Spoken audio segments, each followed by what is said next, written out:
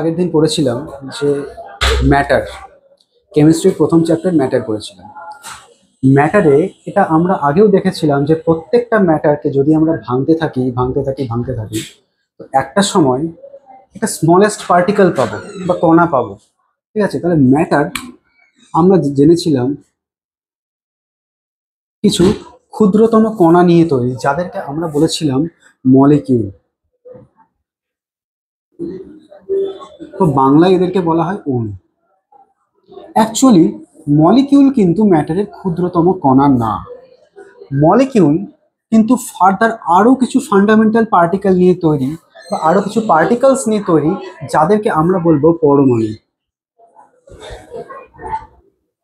বা অ্যাটম। এই অ্যাটম নির্দিষ্টভাবে সজ্জিত হয়ে কিন্তু মলিকিউল তৈরি করে, যেরকম জলের মলিকিউলের মধ্যে একটা দুটো হাইড্রোজেনের অ্যাটম থাকে, দুটো হাইড্রোজেন পরমাণু থাকে, একটা অক্সিজেন থাকে। এরা কিন্তু নির্দিষ্ট অনুপাতে যুক্ত হয়ে টোটাল একটা মলিকিউল তৈরি করছে। তো মলিকিউল অ্যাকচুয়ালি অ্যাটমের একটা নির্দিষ্ট রেশিওতে নির্দিষ্টভাবে একটা সজ্জা। অ্যাকচুয়ালি এইভাবে অ্যাটম নির্দিষ্টভাবে সজ্জিত হয়ে মলিকিউল তৈরি করে, আর এই মলিকিউলটাই কিন্তু ম্যাটারের আইডেন্টিটি বা ম্যাটার কীরকম হবে, দেখতে কীরকম হবে, বা তার ফিজিক্যাল বা কেমিক্যাল প্রপার্টিস কীরকম হবে, সেই জিনিসগুলো ডিটারমাইন করে এই মলিকিউল। এই মলিকিউল যদি চেঞ্জ হয়ে যায় তখন কিন্তু ম্যাটার চেঞ্জ হয়ে যায়। মলিকিউল চেঞ্জ হওয়ার মানে কি, এর মধ্যে যে পরমাণুর সজ্জা আছে, পরমাণুর যে ওরিয়েন্টেশন আছে, সেটা চেঞ্জ হয়ে যাচ্ছে, অর্থাৎ মলিকিউলটাই চেঞ্জ হয়ে যাচ্ছে। তখন সেটা হয়ে যায় কিন্তু কেমিক্যাল চেঞ্জ বা রাসায়নিক পরিবর্তন। এটাতে কিন্তু ম্যাটারের কালার হোক বা বর্ণ হোক বা স্মেল হোক বা যে কোনো ফিজিক্যাল কোয়ান্টিটি বা কেমিক্যাল প্রপার্টি সব চেঞ্জ হয়ে যায়। তো এই যে পরমাণু বা অ্যাটম, এটাই কিন্তু আজকের আমাদের আলোচনার বিষয়বস্তু। তো পরমাণু এই জিনিসটা অ্যাকচুয়ালি এসেছে কিভাবে, বা এর মধ্যে এই ধারণাটা এসেছে কি করে, সেটা আমরা একটু জানার চেষ্টা করব। এটার হিস্ট্রিটা কি, কিভাবে সায়েন্টিস্টরা এই পরমাণুর ধারণাটাকে ধীরে ধীরে ধীরে ধীরে একটা নির্দিষ্ট জায়গায় এনেছে, আজকের জায়গায় এনেছে। সেটা কিন্তু আমাদের পরীক্ষার পয়েন্ট অফ ভিউতে, বিভিন্ন কম্পিটিটিভ এক্সামের পয়েন্ট অফ ভিউতে কিন্তু খুব ইম্পর্টেন্ট। তাহলে এই যে অ্যাটম অ্যাটম কথাটা আমাদের অ্যানসিয়েন্ট ইন্ডিয়াতে বা আমাদের প্রাচীন ভারতবর্ষে মহর্ষি কণদ কিন্তু এই পরমাণু পরমাণু এই শব্দটার প্রথম উল্লেখ করেছিল।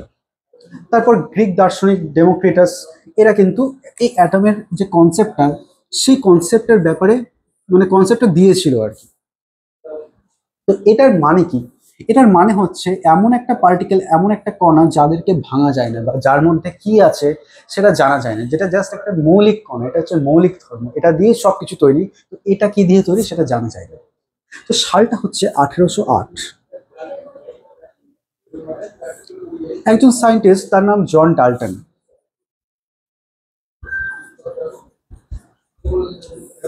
জন ডাল্টন কিন্তু এই অ্যাটম কথাটার প্রথম উল্লেখ করেছিল, বা এই কনসেপ্টটা দিয়েছিল অ্যাটম অ্যাকচুয়ালি কি হতে পারে। জন ডাল্টন বলেছিল যে অ্যাটম কিন্তু অবিভাজ্য হয়, মানে এটাকে ভাঙা যায় না, মানে নন ডিভিজিবল,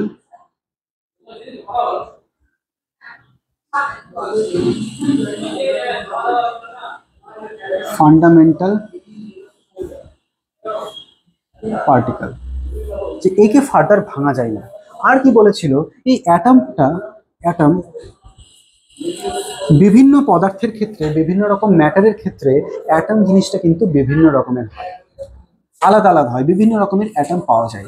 আর কি বলেছিল, আর বলেছিল যে এই অ্যাটমের চেঞ্জের জন্য বা অ্যাটমের ওরিয়েন্টেশনের চেঞ্জের জন্যই কিন্তু কেমিক্যাল রিয়াকশন বা রাসায়নিক বিক্রিয়া হয়। এটা হচ্ছে অ্যাটম বা পরমাণু। তো পরমাণুকে জন ডাল্টন বলেছিল যে নন ডিভিজিবল পার্টিকেল, মানে যেটা অবিভাজ্য কণা, যাকে ফার্দার ভাঙা যায় না। কিন্তু পরবর্তীকালে এই অ্যাটমের ওপর বা এটার উপর রিসার্চ কিন্তু কন্টিনিউ হয়। এবার 1897-এ 1897 সালে আরেকজন সায়েন্টিস্ট, তার নাম জে জে থমসন, এই একটা এক্সপেরিমেন্ট কন্ডাক্ট করলো। জে জে থমসন নামে একজন সায়েন্টিস্ট কি করলো, একটা এক্সপেরিমেন্ট কন্ডাক্ট করলো।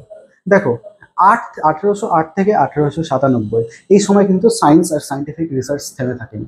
অনেক কিছুই, অনেক ধারণাই কিন্তু এর মধ্যে তৈরি হয়ে গেছে। যেমন একটা জিনিস, সায়েন্টিস্টরা আরেকটা রে বা একটা রশ্মি আবিষ্কার করেছিল, সেটাকে বলেছিল ক্যাথোড রে। আমাদেরকে এই ক্যাথোড রের ব্যাপারে একটু জানতে হবে যে একটা বায়ুশূন্য একটা এটা একটা ভ্যাকাম টিউব বা বায়ুশূন্য একটা টিউব, ঠিক আছে। এই বায়ুশূন্য টিউবের মধ্যে যদি কোনো তড়িৎদ্বার দিয়ে তাকে ব্যাটারির সাথে কানেক্ট করে দিই, তাহলে ব্যাটারির নেগেটিভ সাইড থেকে পজিটিভ সাইডের দিকে আমি একটা ক্ষীণ আলোক রশ্মি যেতে দেখব। এই ফেনোমেনাটা কিন্তু সায়েন্টিস্টরা অবজার্ভ করেছিল এতদিনে। এই রশ্মিটা অ্যাকচুয়ালি কি ছিল কেউ বলতে পারেনি, কেননা এখানে তো বায়ুশূন্য, মানে এখানে কোনো পার্টিকেল নেই, বা এখানে যে আলোটা তৈরি হচ্ছে সেটারও কোনো রিজন ছিল না। তো অ্যাকচুয়ালি এই রশ্মিটা কি ছিল, কে ছিল, কোন এনার্জি ছিল যে ইলেকট্রিক দিলে এখান থেকে এখানে চলে যাচ্ছিল, এটা কিন্তু কেউ বলতে পারছিল না। তবে এই যে এই রশ্মিটা, এটার নাম দেওয়া হয়েছিল ক্যাথোড রে। এই ক্যাথোড রেটা কিন্তু অ্যাকচুয়ালি পরবর্তীকালে জে জে থমসন যখন এই ক্যাথোড রে এক্সপেরিমেন্টটা আবার কন্ডাক্ট করলো, তখন কিন্তু ও বিশেষ কিছু কন্ডিশন দিয়েছিল। কেন বলছি এই এক্সপেরিমেন্টের কথা, এখনই বুঝতে পারবে। ক্যাথোড রেটা অ্যাকচুয়ালি কি সেটাও বুঝতে পারবে।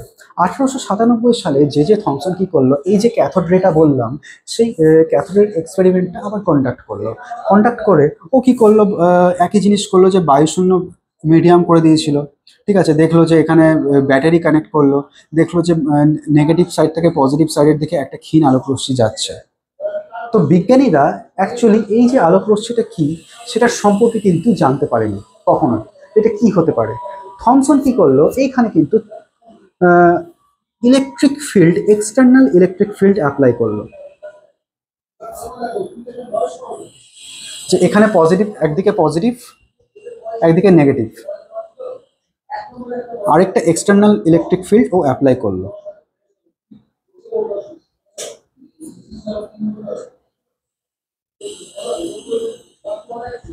ইলেকট্রিক ফিল্ড যখনই অ্যাপ্লাই করলো, দেখলো যে এই যে ক্যাথোড রেটা সোজাসুজি যাচ্ছিল, সেটা সোজাসুজি না গিয়ে এখন পজিটিভ দিকে বেঁকে যাচ্ছে। তার মানে ওটা এটা অবজার্ভ করলো যে বাইরে থেকে যদি আমি ইলেকট্রিক ফিল্ড অ্যাপ্লাই করি, তখন এই ক্যাথোড রশ্মিটা যেভাবে যাওয়ার কথা বা এই রশ্মিটা যেভাবে যাওয়ার কথা সেভাবে না গিয়ে ও পজিটিভ তড়িৎদ্বারের দিকে বেঁকে যাচ্ছে। এটা থেকে জে জে থমসন কিছু কনক্লুশনে পৌঁছালো। প্রথম কনক্লুশন, যে এই জিনিসটা যে যাচ্ছে ক্যাথোড রশ্মিটা, সেটা কিন্তু একটা নেগেটিভলি চার্জড পার্টিকেলের ফ্লো। ঠিক আছে, নেগেটিভলি চার্জড পার্টিকেল কেন বললো, কারণ নেগেটিভলি চার্জ হওয়ার জন্যই ও পজিটিভ তড়িৎদ্বারের দিকে আকর্ষিত হচ্ছিল, কারণ নেগেটিভ পজিটিভকে আকর্ষণ করে। নেগেটিভ চার্জ হওয়ার জন্য পজিটিভ তড়িৎদ্বারের দিকে ও ডিফ্লেক্ট হয়ে যাচ্ছিল, আকর্ষিত হয়ে যাচ্ছিল। ওই জন্য কিন্তু এটার নাম দিল ক্যাথোড রে। তো সবাই জানতো, কিন্তু অ্যাকচুয়ালি বললো ক্যাথোড রে কিছু না, এটা হলো ফ্লো অফ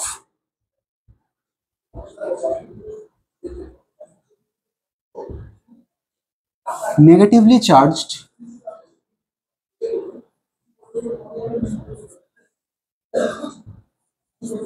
পার্টিকলস,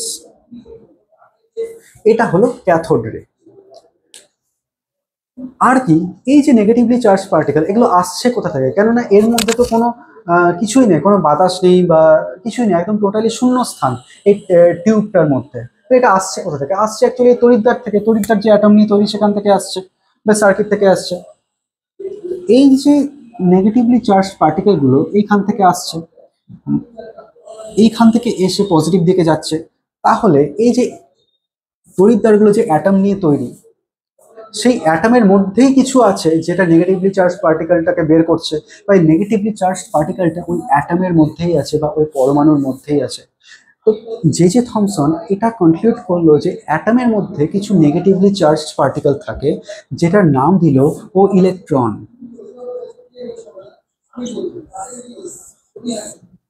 তাহলে ইলেকট্রন হচ্ছে অ্যাটমের মধ্যে থাকা নেগেটিভলি চার্জড পার্টিকেল বা ঋণাত্মক আধানযুক্ত কণা, যেটা অ্যাটমের মধ্যে থাকে।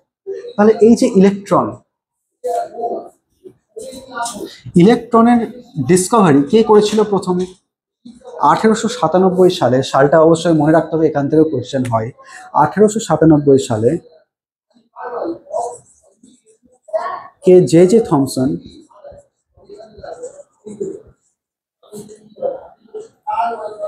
ইলেকট্রন ডিসকভার করেছিল।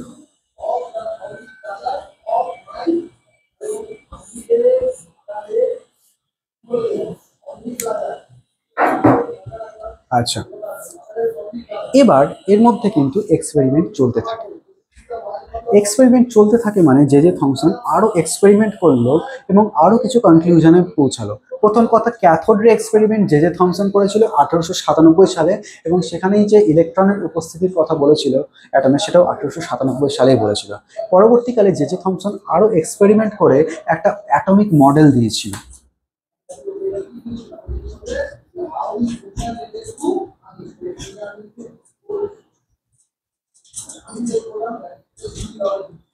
একটা অ্যাটমিক মডেল দিয়েছিল কে জে জে থমসন, কিন্তু 1897 সালে না, আরো 7 বছর পর 1904-এ 1904-এ ও একটা অ্যাটমিক মডেল দিয়েছিল। ওই মডেলটা কে দিয়েছিল? জে জে থমসন দিয়েছিল। কি দিয়েছিল? Atomic model. অ্যাটমিক মডেল জিনিসটা কি? যে অ্যাটম কিরকম হতে পারে তার একটা অ্যাজাম্পশন। অ্যাজাম্পশন কেন বলছি? কারণ এর অ্যাটমিক মডেল কিছুক্ষণ পরেই ভুল প্রমাণ হয়। তো বলেছিল যে অ্যাটম অ্যাকচুয়ালি একটা তরমুজের মতো জিনিস, তরমুজের মতো একটা স্ফিয়ার। আর স্ফিয়ারের মধ্যে নেগেটিভলি চার্জড পার্টিকেল, যার নাম দিয়েছিল একসময় ও ইলেকট্রন, সেগুলো এদিকে ওদিকে ছড়িয়ে ছিটিয়ে আছে। যেরকম তরমুজের মধ্যে তরমুজের বীজগুলো ছড়িয়ে ছিটিয়ে থাকে, সেরকমই অ্যাটমিক মডেলের মধ্যে ইলেকট্রনগুলো ছড়িয়ে ছিটিয়ে আছে। কিন্তু ইলেকট্রন হচ্ছে নেগেটিভ চার্জ পার্টিকেল, কারণ ক্যাথোড রে এক্সপেরিমেন্টে পজিটিভ তড়িৎদ্বারের দিকে ঝুঁকে যাচ্ছিল। ইলেকট্রন নেগেটিভ চার্জ পার্টিকেল, কিন্তু অ্যাটম তো আলটিমেটলি নিউট্রাল। কারণ অ্যাটম দিয়ে যদি ম্যাটার তৈরি হয়, তো ম্যাটার তো নিউট্রাল, কারণ ম্যাটারকে ধরলে, কোনো জিনিসকে ধরলে তো আমাদের কারেন্ট লাগে না। মানে কি, যে এই যে ম্যাটার অ্যাটম, সেটা আলটিমেটলি নিউট্রন, কিন্তু এর মধ্যে নেগেটিভ চার্জ পার্টিকেল আছে। তার মানে কি, অ্যাটমের মধ্যে এই নেগেটিভ চার্জ পার্টিকেলগুলোকে নিউট্রালাইজ করার জন্য অ্যাটমের কিছু পজিটিভ প্রপার্টি আছে। তো জে জে থমসন বলেছিল যে এই যে অ্যাটম, যেটা স্ফেরিক্যাল সাইজের হয়, এর মধ্যে ইলেকট্রনগুলো থাকে, কিন্তু এই ইলেকট্রনগুলো ছাড়া, যদি ইলেকট্রনগুলো না থাকতো, সেগুলো ছাড়া কিন্তু অ্যাটম হচ্ছে পজিটিভলি চার্জ পার্টিকেল। অ্যাটম হচ্ছে পজিটিভলি চার্জ, এবং এর মধ্যে যেহেতু ইলেকট্রনগুলো আছে, সেই জন্য এই পজিটিভ নেগেটিভগুলোকে নালিফাই করে এই অ্যাটমের নেট যে চার্জ, সেটাকে জিরো করে দেয়। ওই জন্য অ্যাটমের আধান শূন্য হয়ে যায়, পজিটিভ নেগেটিভকে নালিফাই করে দেয়। মানে অ্যাটম হচ্ছে নিজে একজন পজিটিভলি চার্জ স্ফিয়ার, যার মধ্যে ইলেকট্রন আছে যেগুলো নেগেটিভলি চার্জ, একে অপরকে নালিফাই করে ওরা জিরো হয়েছে। এটাই বলেছিল জে জে থমসন। এই মডেলটাকে বলে ওয়াটারমেলন মডেল, কারণ এটাকে অনেকটা তরমুজ আর তরমুজের বীজের সাথে তুলনা করেছিল। ওই জন্য এটাকে বলে ওয়াটারমেলন মডেল, যে দিয়েছিল জে জে থমসন 1904 সালে। ওয়াটার মেলন মডেল, বা আরেক ভাবে বলে প্লাম পাডিং মডেল।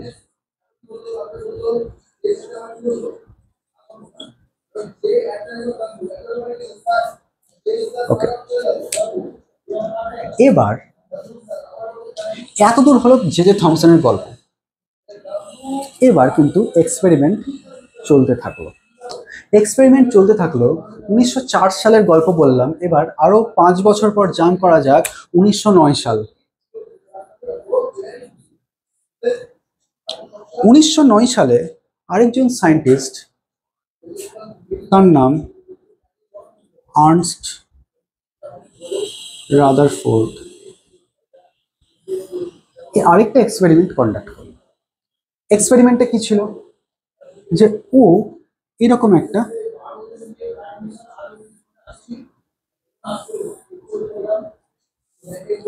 সেট আপ করলো, এটা হলো জিঙ্ক সালফাইড।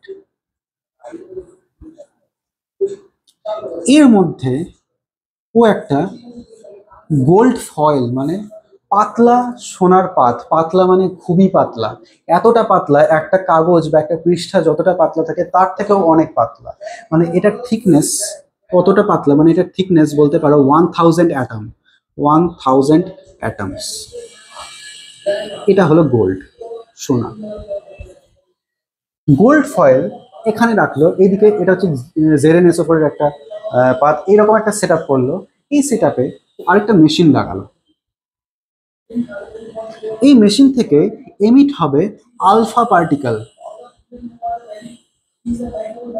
আলফা পার্টিকেল গুলো কিরকম ভাবে এমিট হবে, একদম সরলরেখা বরাবর। এবার আলফা পার্টিকেল জিনিসটা কি, আলফা পার্টিকেল হচ্ছে হিলিয়াম।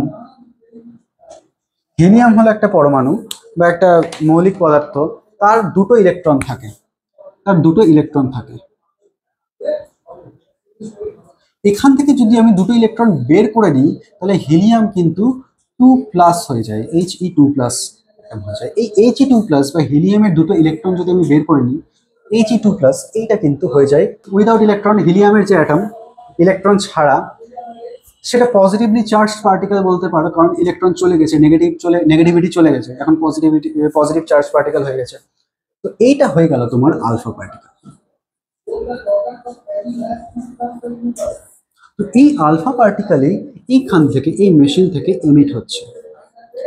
কার এক্সপেরিমেন্টে? রাদারফোর্ডের এক্সপেরিমেন্টে এমিট হয়ে এটা গোল্ড ফয়েলের মধ্যে দিয়ে গিয়ে এই ZnSO4 এখানে গিয়ে পড়ছে অ্যাকচুয়ালি। তো এই যে এক্সপেরিমেন্টটা কন্ডাক্ট হলো, এখান থেকে কি কি অবজার্ভ করলো আর অবজারভেশনে কি কি কনক্লুশন হলো, সেটা কিন্তু খুব ইম্পর্টেন্ট। এটা একটু, এখান থেকে অনেক কিছু বেরিয়ে আসে অ্যাকচুয়ালি। প্রথমত এই যে এক্সপেরিমেন্টটা বা এই সেট থেকে যে এক্সপেরিমেন্টটা হলো, প্রথমত দেখলো যে মোস্ট অফ আলফা পার্টিকেল সোজাসুজি সোনার এই পাথটাকে ভেদ করে ZnSO4 এই পাতে গিয়ে পড়ছে। মানে most of alpha particle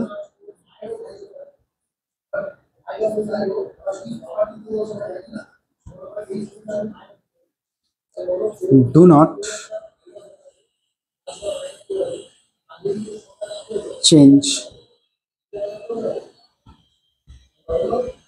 direction। এবার কিছু দেখলো, কিছু পরিমাণ আলফা পার্টিকেল একটু ডিফ্লেক্ট হয়ে যাচ্ছে, মানে খুব কম অ্যাঙ্গেলে, যে বরাবর যাওয়ার কথা ছিল তার থেকে একটু বেঁকে যাচ্ছে, খুব কম অ্যাঙ্গেলে ডিফ্লেক্ট হয়ে যাচ্ছে।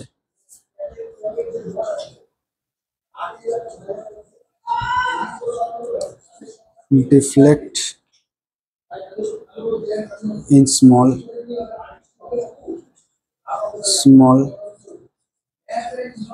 অ্যাঙ্গেল। কতটা অ্যাঙ্গেল, যে এই অ্যাঙ্গেলটা খুবই স্মল, দ্যাট ইজ থিটার ভ্যালু 1 ডিগ্রির আশেপাশে আশেপাশে।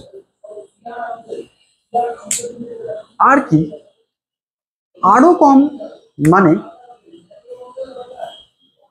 1 in 8000 আলফা পার্টিকেল, 8000টা আলফা পার্টিকেলের মধ্যে একটা আলফা পার্টিকেল অনেকটা ডিফ্লেক্ট হচ্ছে, মানে অনেকটাই ডিফ্লেক্ট হচ্ছে। কেউ একদম ব্যাক করে চলে আসছে, কেউ 90 ডিগ্রিতে অ্যাঙ্গেলে ডিফ্লেক্ট হয়ে যাচ্ছে। মানে ডিফ্লেক্ট অ্যাট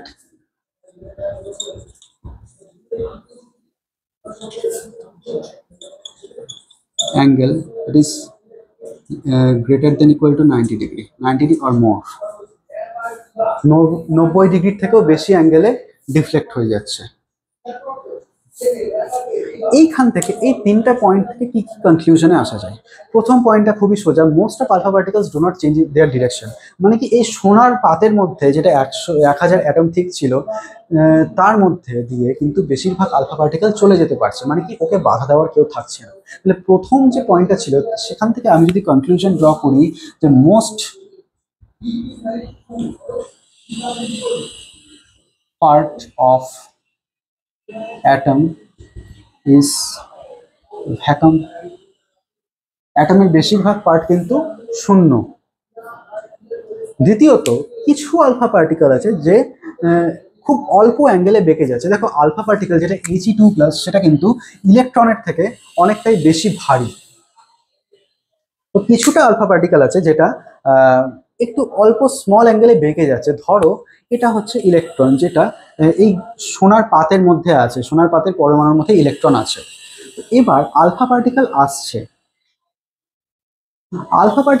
যেটা পজিটিভলি চার্জ পার্টিকেল। এবার ইলেকট্রন কি করবে? ইলেকট্রন পজিটিভলি চার্জ পার্টিকেলকে আকর্ষণ করার চেষ্টা করবে, কিন্তু আলফা পার্টিকেল ইলেকট্রনের থেকে অনেকটাই বেশি ভারী, মানে ওর ভরবেগ অনেকটাই বেশি ইলেকট্রনের তুলনায়, বা এটা অনেকটাই ভারী। এটা কি করবে? ইলেকট্রন বেশি কিছু করতে পারবে না, ও বেশি পাওয়ারফুল না, সেই জন্য ইলেকট্রন ওকে নিজের দিকে টানতে পারবে না ঠিকই পুরোপুরি, কিন্তু ওর যে পথটাকে জাস্ট এই বরাবর যাওয়ার কথা ছিল, কিন্তু আকর্ষণের জন্য ও ধরো একটু বেঁকে গেল। এই জন্য কিন্তু কিছুটা আলফা পার্টিকেল ডিফ্লেক্ট হয়ে যাচ্ছে, কিছুটা কম পরিমাণে। 2 নম্বর তাহলে কি? 2 নম্বর হচ্ছে এই যে ইলেকট্রনের তাহলে বেশি পাওয়ার নেই, বেশি অ্যাঙ্গেলে ডিফ্লেক্ট করতে পারছে না এই আলফা পার্টিকেলকে। তাহলে ইলেকট্রনের মাস কিন্তু খুব কম, বা ইলেকট্রন যে জায়গা জুড়ে থাকে অ্যাটমের সেটা খুব কম। ইলেকট্রন ইজ লাইটার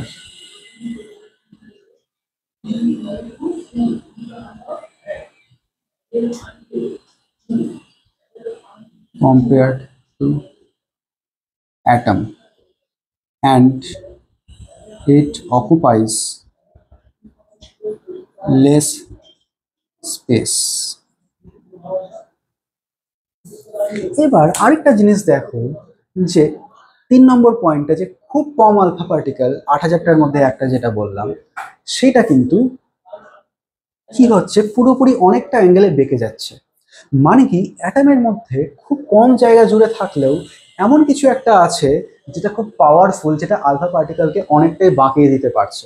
মানে কিছু একটা পাওয়ারফুল জিনিস আছে, বা কিছু একটা ভারী জিনিস আছে, যেটা এই আলফা পার্টিকেলকে বাঁকিয়ে দিতে পারছে। তো 3 নম্বর পয়েন্ট থেকে কনক্লুশন এটা হলো যে অ্যাটমের মধ্যে যে পজিটিভলি চার্জ পার্টিকেল, মানে পজিটিভলি চার্জ পার্টিকেল যেটা খুব কম জায়গা জুড়ে আছে এবং এটা পাওয়ারফুল, সেটা কিন্তু আলফা পার্টিকেলকে, যেটা আলফাও পজিটিভ, পজিটিভ যেহেতু বিকর্ষণ হয়, সেটা অনেকটা বাঁকিয়ে দিচ্ছে। তো এই যে পজিটিভলি চার্জ পার্টিকেল,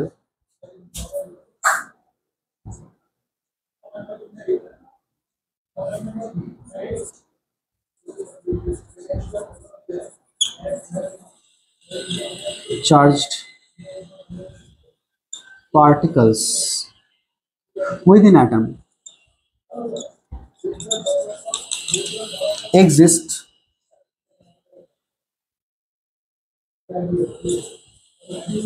together, মানে একসাথে এক্সিস্ট করে অ্যাটমের মধ্যে। আর এই যে একসাথে এক্সিস্ট করে অ্যাটমের মধ্যে, একসাথে যে এক্সিস্ট করে পজিটিভলি চার্জ পার্টিকেলগুলো, এদের একসাথে নাম দেওয়া হয়েছিল নিউক্লিয়াস। আর্নস্ট রাদারফোর্ড এই এক্সপেরিমেন্টটা কন্ডাক্ট করেছিল, যেটাকে বলা হয় গোল্ড ফয়েল এক্সপেরিমেন্ট। তার 2 বছর পর 1911 সালে কিছু আরো ফার্দার রিসার্চের পর একটা অ্যাটমিক মডেল ও সবার সামনে এনেছিল, যেটাকে রাদারফোর্ডস অ্যাটমিক মডেল বলা হয়। ওই অ্যাটমিক মডেল অনুযায়ী ও বলেছিল যে পরমাণুর মধ্যে পজিটিভলি চার্জড পার্টিকেলগুলো একটা নির্দিষ্ট জায়গায় কনসেন্ট্রেটেড থাকে, আর তার চারিদিকে ইলেকট্রনগুলো ঘোরাফেরা করে। ঠিক আছে, তার চারিদিকে ইলেকট্রনগুলো ঘোরাফেরা করে, কিন্তু কিভাবে ঘোরাফেরা করে বা কেন ঘোরাফেরা করে, এটার এক্সপ্লেনেশন কিন্তু রাদারফোর্ড দিতে ব্যর্থ হয়েছিল। তো এই পজিটিভলি চার্জ পার্টিকেলগুলোর নাম দেওয়া হয়েছিল নিউক্লিয়াস। এবার এই যে আর্নস্ট রাদারফোর্ড যে এই অ্যাটমিক মডেলটাকে সবার সামনে এনেছিল, পাবলিশ করেছিল, তার কিন্তু কিছু ড্রব্যাক ছিল। ড্রব্যাক কি? এই ইলেকট্রন বলেছিল যে এটা যদি নিউক্লিয়াস হয়, যার মধ্যে পজিটিভলি চার্জ পার্টিকেল আছে, এখন কিন্তু নিউট্রন আবিষ্কার হয়নি, ওই জন্য আমি শুধু পজিটিভলি চার্জ পার্টিকেল বলছি। এর চারিদিকে যে ইলেকট্রনগুলো ঘোরাফেরা করে মানে এদের নির্দিষ্ট কাইনেটিক এনার্জি আছে, এবং এই যে এদের নির্দিষ্ট কাইনেটিক এনার্জি আছে, আর যদি কোনো চার্জড পার্টিকেল একটা কাইনেটিক এনার্জি নিয়ে এবং একটা অ্যাক্সিলারেশন নিয়ে ঘোরাফেরা করে, তোমরা যখন মোশন পড়েছিলে তখন বলেছিলাম যে অ্যাক্সিলারেশন, যখন কোনো সার্কুলার মোশন হয় তখন কিন্তু বস্তুর মধ্যে একটা অ্যাক্সেলারেশন কাজ করে।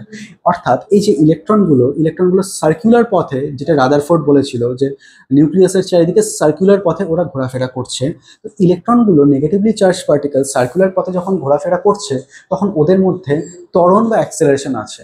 তো ম্যাক্সওয়েলের ইলেকট্রোম্যাগনেটিক থিওরি অনুসারে কিন্তু এই যে যদি চার্জ পার্টিকেলের অ্যাক্সেলারেশন থাকে তখন কিন্তু সে এনার্জি রেডিয়েট করবে, শক্তি বিকিরণ করবে। আর শক্তি বিকিরণ করার জন্য কিন্তু এদের মধ্যে কিন্তু গতিশক্তি বা কাইনেটিক এনার্জি কমে যাবে। আর কাইনেটিক এনার্জি কমলে এই যে ইলেকট্রনগুলো সেটা কিন্তু একসময় নিউক্লিয়াসে এসে পড়ে যাবে। মানে কি, এই যে অ্যাটম সেটা কোলাপস করে যাবে, তার কোনো অস্তিত্ব থাকবে না।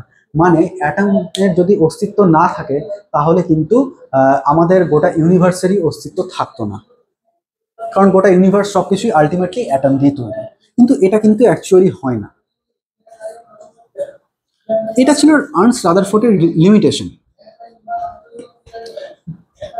বা আর্নস্ট রাদারফোর্ড অনুযায়ী অ্যাটম যখন এনার্জি রেডিয়েট করে তখন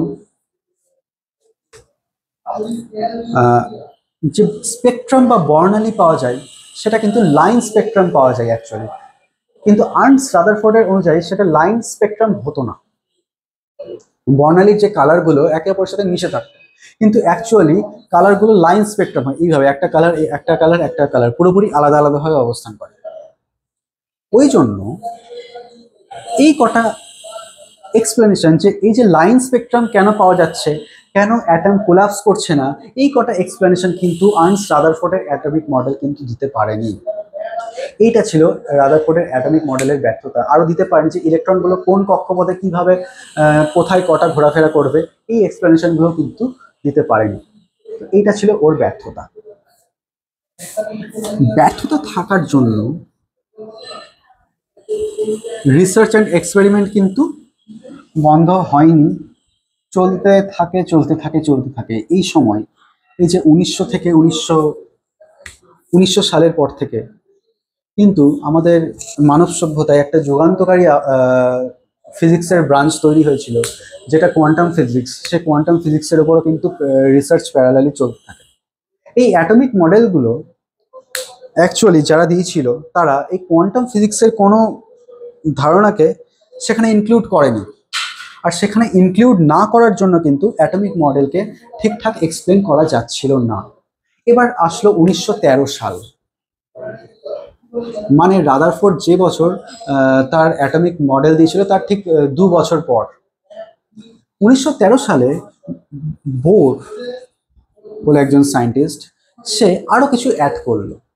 ঠিক আছে, রাদারফোর্ড যা বলেছিল সব ঠিকই, কিন্তু সেটার কিছু জিনিস ভুল ছিল যার জন্য সবকিছুকে অ্যাকিউরেটলি এক্সপ্লেনেশন করা যাচ্ছিল না। প্রথম কথা, এই যে নিউক্লিয়াস যেটা অ্যাটমের সেন্টারে থাকে, এই যে নিউক্লিয়াস তার চারিদিকে থাকে বিভিন্ন শেল বা কক্ষপথ যেটাকে বলে। এই নিউক্লিয়াসের চারিদিকে যে শেলগুলো থাকে, এখানে যখন ইলেকট্রন ঘোরাঘুরি করে তখন কিন্তু তারা কোনো এনার্জি রেডিয়েট করে না।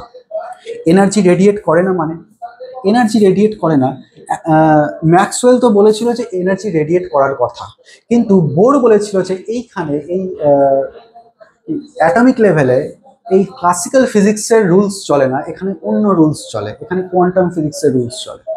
তো এইখানে কিন্তু ইলেকট্রনগুলো যখন একটা নির্দিষ্ট কক্ষপথে ঘোরাঘুরি করে তখন কিন্তু ওদের এনার্জি কনস্ট্যান্ট থাকে। অ্যাকচুয়ালি এই যে নির্দিষ্ট কক্ষপথটাকে ওই জন্য বলে এনার্জি লেভেল।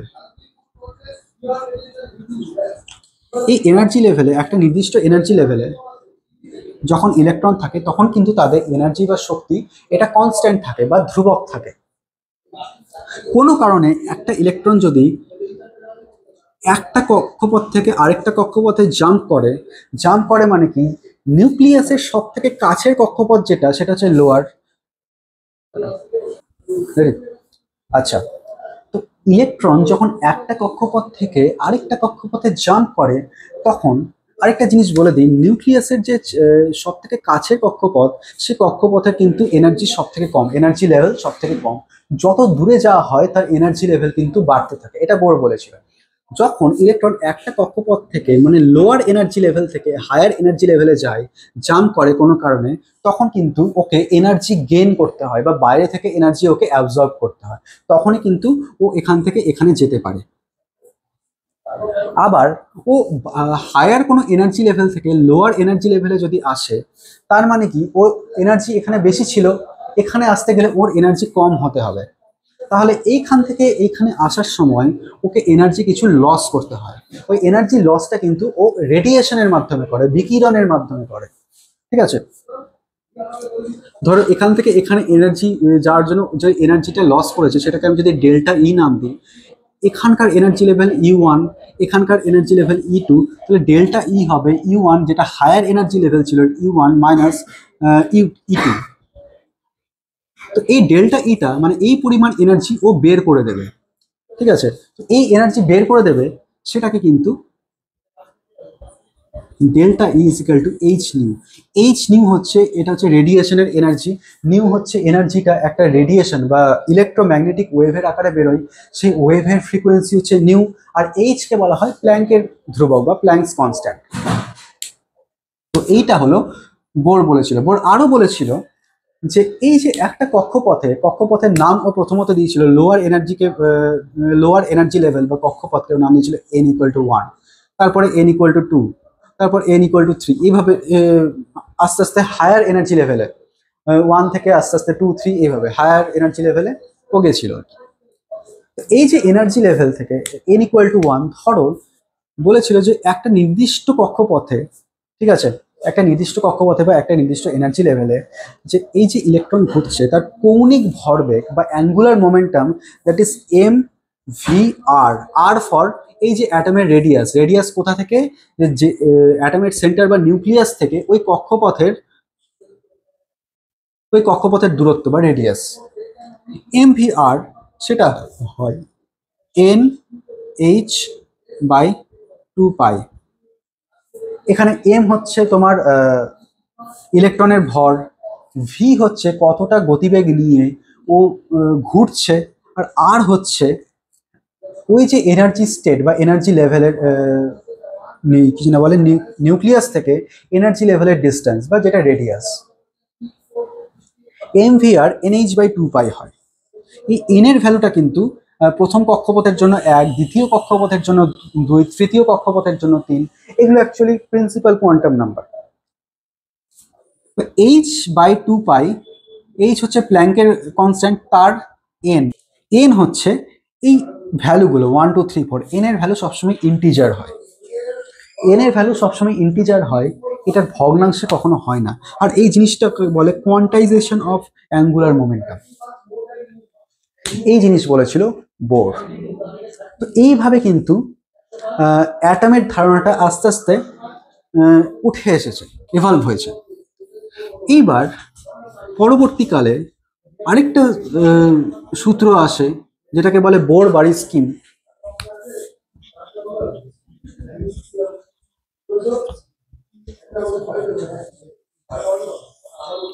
বোর বাড়ি স্কিম কি বলেছিল যে কোনো একটা কক্ষপথ যার এন ধরো কিছু একটা ভ্যালু আছে 1, 2, 3, 4, সেই কক্ষপথের ম্যাক্সিমাম ইলেকট্রন সংখ্যা হয় 2n²। মানে ধরো ফর n=1, যেটা প্রথম কক্ষপথ, এটা নিউক্লিয়াস। এখানে কিন্তু প্রথম কক্ষপথ যেটা n=1, সেখানে কিন্তু ম্যাক্সিমাম ইলেকট্রন সংখ্যা 2 × 1² = 2, মানে এখানে দুটোর বেশি ইলেকট্রন থাকতে পারবে না, এটা বলা হয়েছিল। আর কি, ধরো দ্বিতীয় কক্ষপথে n=2, ফর n=2 মানে দ্বিতীয় কক্ষপথে n=2, দ্যাট ইজ 2 × 2² মানে 8, মানে দ্বিতীয় কক্ষপথে 8টার বেশি ইলেকট্রন থাকতে পারবে না। একইভাবে তৃতীয় কক্ষপথে n=3-তে 18টার বেশি ইলেকট্রন থাকতে পারবে না। এইভাবে কিন্তু এটাই ছিল বোর বাড়ি স্কিম। আরেকটা জিনিস যে অ্যাটমের কিন্তু যে কক্ষপথে যটা ইলেকট্রন থাকুক, প্রত্যেকটা অ্যাটমের টেন্ডেন্সি থাকে যেন লাস্ট কক্ষপথে, এক্সেপ্ট প্রথম কক্ষপথ, লাস্ট কক্ষপথে যেন 8টা ইলেকট্রন থাকে। 8টা ইলেকট্রন থাকলে ও স্যাটিসফাইড, এটাকে বলে অক্টেট ফিল আপ। যে প্রত্যেকটা অ্যাটম তার অক্টেট ফিল করতে চায়। যদি একটা ইলেকট্রন থাকে, ধরো এখানে এখানে একটা ইলেকট্রন, ধরো সোডিয়ামের ক্ষেত্রে এখানে একটা ইলেকট্রন আছে, ও চাইবে এই একটা ইলেকট্রনকে ত্যাগ করে দিতে, যেন বাইরের কক্ষপথে 8টা ইলেকট্রন থাকে। এবার আরো কিছু জেনে নিই অ্যাটমের ব্যাপারে। প্রথমত 1917 সালে নিউক্লিয়াস কথাটা বলেছিল থমসন প্রথমে 1911 সালে, কিন্তু 1917 সালে ও কিন্তু জে থমসন প্রোটন এই কথাটার উল্লেখ করেছিল, বা প্রোটনের ডিসকভারি 1917 সালে হয়েছিল।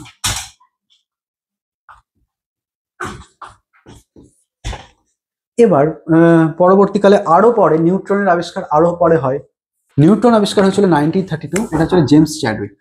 এবার আমাদেরকে একটু জানতে হবে যে কোনো একটা অ্যাটমের মধ্যে ইলেকট্রন সংখ্যা প্রোটন সংখ্যা সমান থাকে আর নিউট্রন সংখ্যা আলাদা থাকে। প্রথম কথা, এই যে নিউট্রন, যেটা 1932 সালে আবিষ্কার হয়েছিল, সেই নিউট্রনটা কিন্তু অ্যাটমের মধ্যে যে নিউক্লিয়াস থাকে সেই নিউক্লিয়াসের সাথেই থাকে। আর নিউট্রনের চার্জ কিন্তু কোনো চার্জ হয় না, নো চার্জ। ইলেকট্রনের চার্জ নেগেটিভ, প্রোটনের চার্জ পজিটিভ। ইলেকট্রনের চার্জ যত হয়, ইলেকট্রনের চার্জ হয় 1.6 into 10 to the power minus 19 minus 1.6 into 10 to the power minus 19 coulomb. প্রোটনের চার্জ হয় plus 1.6 into 10 to the power minus 19 coulomb. তাহলে এই যে যটা ইলেকট্রন তটা প্রোটন একে অপরকে নালিফাই করে দেয়। আলটিমেটলি অ্যাটমের কিন্তু ওই জন্য চার্জ সেটা নিউট্রাল হয়, ওটা আধান যুক্ত হয় না। কোনো অ্যাটম আধানহীন হয়, কারণ যটা ইলেকট্রন থাকে তটা প্রোটন থাকে, আর ওরা একে অপরের চার্জকে সবসময় নালিফাই করে দেয়। এবার ইলেকট্রন প্রোটন কোন একটা অ্যাটমের প্রোটন সংখ্যাকে বলে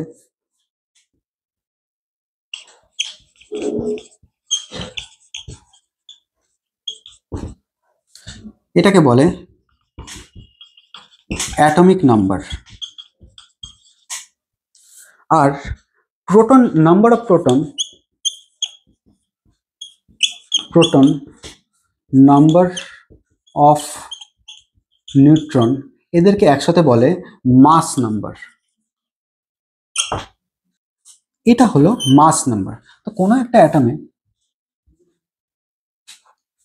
এটা একটা অ্যাটম, ঠিক আছে, এটা হচ্ছে ধরো মাস নাম্বার এ, আর এটা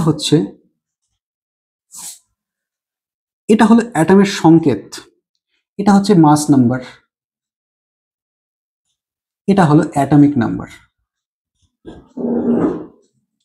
অ্যাকচুয়ালি কোনো একটা পদার্থের বা কোনো একটা অ্যাটমের কেমিক্যাল প্রপার্টি কিরকম হবে সেটা কিন্তু তার অ্যাটমিক নাম্বারের উপর ডিপেন্ড করে। তো অ্যাটমিক নাম্বার বা নাম্বার অফ প্রোটন বা নাম্বার অফ ইলেকট্রন, এটার সাথে আমি যদি যে কোনো দুটো অবলিক দিয়েছি, মানে যে কোনো দুটোর মধ্যে একটা, কারণ দুটোই তো সমান, একই জিনিস আলটিমেটলি, প্রোটন যটা ইলেকট্রনও তটা, প্লাস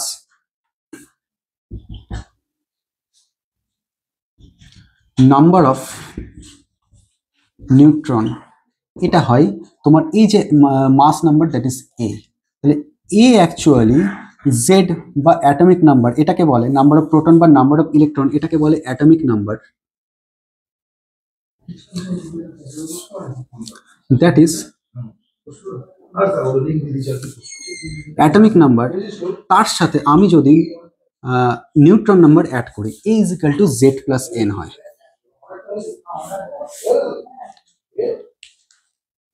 এইখান থেকে অনেক সময় কোয়েশ্চেন আসে। এবার আরেকটা ছোট জিনিস দেখে নিই যে আইসোটোপ, আইসোবার, আইসোটোন কি জিনিস অ্যাকচুয়ালি।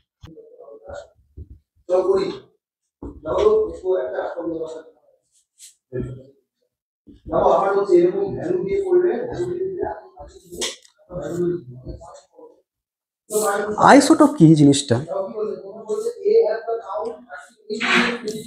যদি কোনো ধরো দুটো পদার্থ নিলাম, হাইড্রোজেন হাইড্রোজেন হাইড্রোজেন, হাইড্রোজেনের অ্যাটমিক নাম্বার কিন্তু 1 থাকে, 1 1 1, কিন্তু এর রূপভেদ হয়।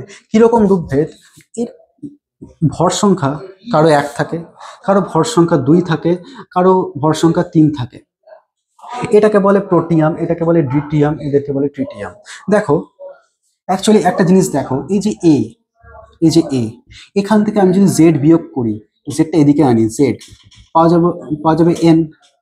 মানে ওপরেরটা থেকে যদি আমি নিচেরটা বিয়োগ করি তাহলে নিউট্রন নাম্বার পাওয়া যাবে। তো দেখো এর ক্ষেত্রে নিউট্রন নাম্বার হবে 1 - 1 = 0, এর ক্ষেত্রে নিউট্রন নাম্বার হবে 2 - 1 দ্যাট ইজ 0, এর ক্ষেত্রে নিউট্রন নাম্বার হবে 3 - 1 দ্যাট সরি 2 - 1 দ্যাট ইজ 1, এর ক্ষেত্রে নিউট্রন নাম্বার হবে 3 - 1 দ্যাট ইজ 2। মানে কি আইসোটোপের ক্ষেত্রে অ্যাটমিক নাম্বার এটা থাকে সেম,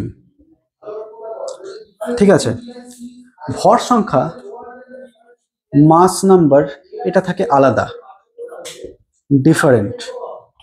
আবার নিউট্রন সংখ্যা যেটা 0, এগুলো কিন্তু নিউট্রন সংখ্যা। এই যে এন, এ মাইনাস জেড করে, এ মাইনাস জেড করে ওপরটা থেকে নিচেরটা বিয়োগ করে এন পেলাম, দ্যাট ইজ নিউট্রন। কিন্তু পিরিয়ডিক টেবিলে আমরা যখন পড়ব, পিরিয়ডিক টেবিলে আমরা দেখব যে অ্যাটমিক নাম্বারের ওপর ডিপেন্ড করে কিন্তু বস্তুটার বা মৌলটার প্রপার্টি, বা সেটা পিরিয়ডিক টেবিলে কোন স্থানে অবস্থিত হবে বা তার কেমিক্যাল প্রপার্টি কিরকম হবে। অর্থাৎ এই যে এদেরকে বলে প্রথমত একে অপরের আইসোটোপ। আর আইসোটোপের কেমিক্যাল প্রপার্টি একই হয় কারণ এদের অ্যাটমিক নাম্বার একই থাকে, কিন্তু এদের যেটা মাস নাম্বার হোক বা নিউট্রন নাম্বার হোক সেগুলো আলাদা আলাদা থাকে। কিন্তু যেহেতু অ্যাটমিক নাম্বার একই, ওই জন্য এরা হয় কেমিক্যালি বা এদের কেমিক্যাল প্রপার্টি এক থাকে, বা এরা পিরিয়ডিক টেবিলে পর্যায় সারণীতে একই জায়গায় অবস্থান করে। এবার যদি দেখি আইসোবার, আইসোবারের যদি আমি এক্সাম্পল দেখি, আইসোটোপের আরো এক্সাম্পল আছে। কার্বনের আইসোটোপ আছে বিভিন্ন, এটা গেল হাইড্রোজেনের আইসোটোপ, কার্বনের হচ্ছে C12, তারপর হচ্ছে C14, C13, C14 কোনো বস্তুর কতটা এজ, কার্বন ডেটিং পদ্ধতিতে C14 আইসোটোপ ব্যবহার করা হয়। এবার হয় আইসোবার। আইসোবার কি? আইসোবারের এক্সাম্পল হচ্ছে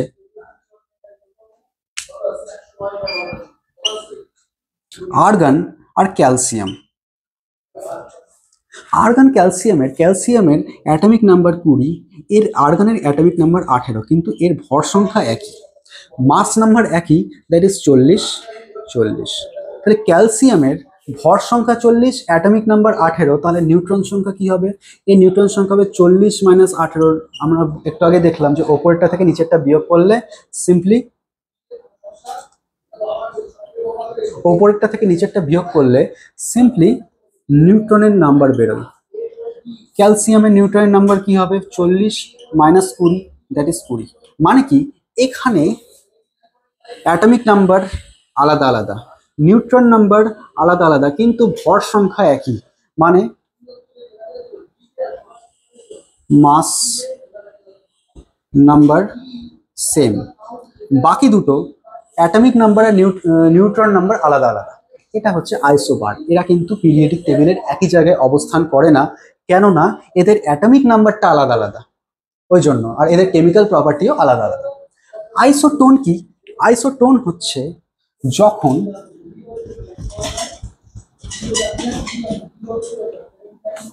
যেমন ধরো অক্সিজেন আর নাইট্রোজেন, অক্সিজেনের 816, নাইট্রোজেনের 715। দেখো এখানে নিউট্রন নাম্বার কি? 16 - 8 দ্যাট ইজ 8, এখানে নিউট্রন নাম্বার কি? 15 - 7 দ্যাট ইজ 8। তাহলে এই যে দেখো এদের মাস নাম্বার আলাদা, অ্যাটমিক নাম্বার আলাদা, কিন্তু এদের নিউট্রন সংখ্যা একই, ওই জন্য এরা হচ্ছে আইসোটোন। এখানে নিউট্রন নাম্বার সেম, এই জন্য এদেরকে বলা হয় আইসোটোন, বাকিগুলো আলাদা। তাহলে তোমাদের এই চ্যাপ্টার এখানে শেষ হলো। Thank you.